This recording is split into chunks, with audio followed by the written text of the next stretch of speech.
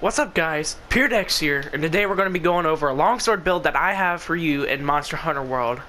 People say you're going to be wanting to use the Kaiser with Raging Brachydios armored so you can get all those great buffs and skills. No, I have something better. It basically increases my affinity and attack way more than I've seen so far on YouTube.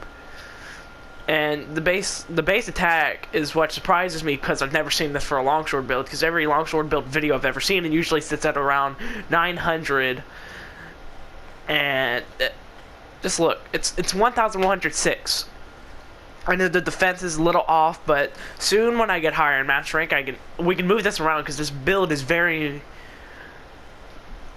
you can move it around a lot, okay? Because you can have a lot of room for it as long as you keep your critical eye, attack boost, and weakness exploit. That's all that matters in this.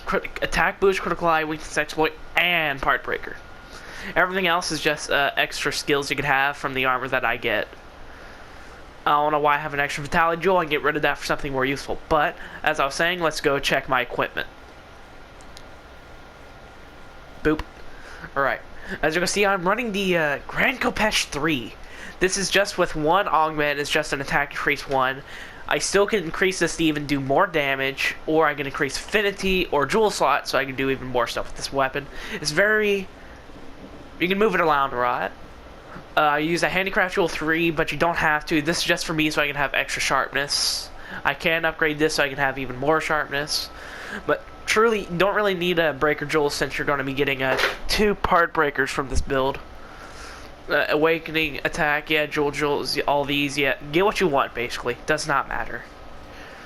The armors, I went for the Jagger's Helm Beta Plus, because it gives you an attack boost 1 and speed eating, and what you're going to be doing with this, it doesn't matter what jewels you use, as long as you get expert jewels. And if you're able to get expert jewel 4, and if there's a plus on it, everyone gets an expert jewel 4 plus at the beginning of Monster Hunter World Iceborne, so you can put that in there, but I decided to use a satiated / expert jewel 4 because I love the idea of having free meal with everything.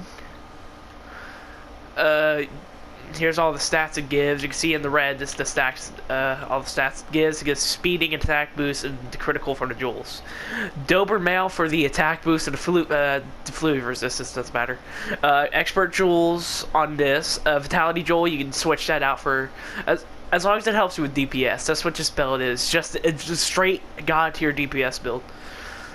Here's all the stats, set of effects. You can get rid of the health boost for something even better. Kieran long arms, I mainly got it just for the defense and the slots. The slots are what you want. Slots for so you can put your expert jewel 4 plus in, and 2 tenderizer jewels. Stats, set of effects. Thunder attack doesn't really matter because this weapon doesn't do thunder.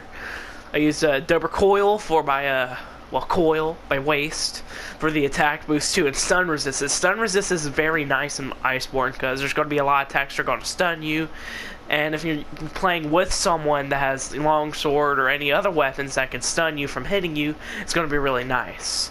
I put a destroyer tool jewel 2 in there for part breaker, another expert. That's what's really going to matter.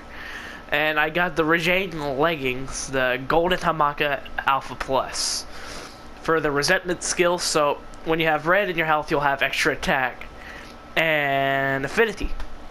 Tenderizer jewel and destroyer jewel for part breaker, of course, so because the tenderizer jewel really does work with destroyer, because tenderizer jewel does more damage to destroyed parts and or weakened parts.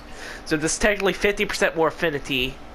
Well, 50 more affinity if you have a part broken, like a leg, and you've weakened that with the clutch claw attack. The affinity shoots through the roof. And not to mention with me just having 45 affinity, so 50 with 45, you get that. It's 95 affinity, so you're basically going to be doing a critical every hit, not to mention with the 1100 damage that you have already without any buffs. That's really my build. I would put an Elementus jewel in your weapon so you can do even more damage. That's exactly what I did for the non-element boost. I didn't really go for any set bonus skills like the Kaiser armor and the Rajang armor. Not Rajang armor, the Raging Brachydios armor, because I don't really need Agitator for this. Because you're already going to be having high enough affinity and attack. But if you really want to do Agitator, you can get an Agitator jewel and make it +5. Because the Agitator jewel will go all the way to +5. It's this this build is just great overall. You can switch it with any weapon you want. This isn't just a longsword. You can work with everything other than bows, any of the shooting weapons. But yeah, this is my build. It goes to white sharpness. It's good defense in my opinion. This armor isn't even augmented because as you can see, I'm not high enough mass rank to do any of the special stuff. You can buff this with guiding lands as well to get the augmentations for extra weapons, extra slots, and I think when I ever get the Shatter Blade, this could probably be really good, Safi Shatter Blade, because it's probably going to have purple sharpness, even more attack, plus blast, so you can change out the Elementalist Jewel for a Blast Jewel to do even more damage with that. So, this build's very optimal for anyone. It's just great overall. I love it to death. So this is basically my build guide.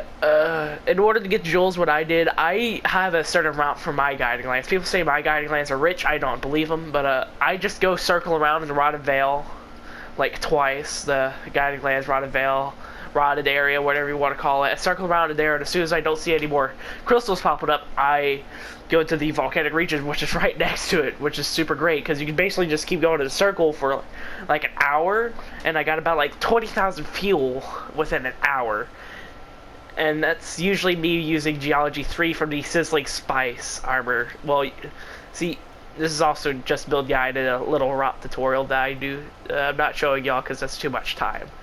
I just get the Sizzling Spice Patch Leggings Alpha Plus because it gives you level 3 Geologist, so that's really going to help you getting the extra materials from the guiding lands and everything. But guys, this is my build for today. I hope y'all like it. Just have a great day in general.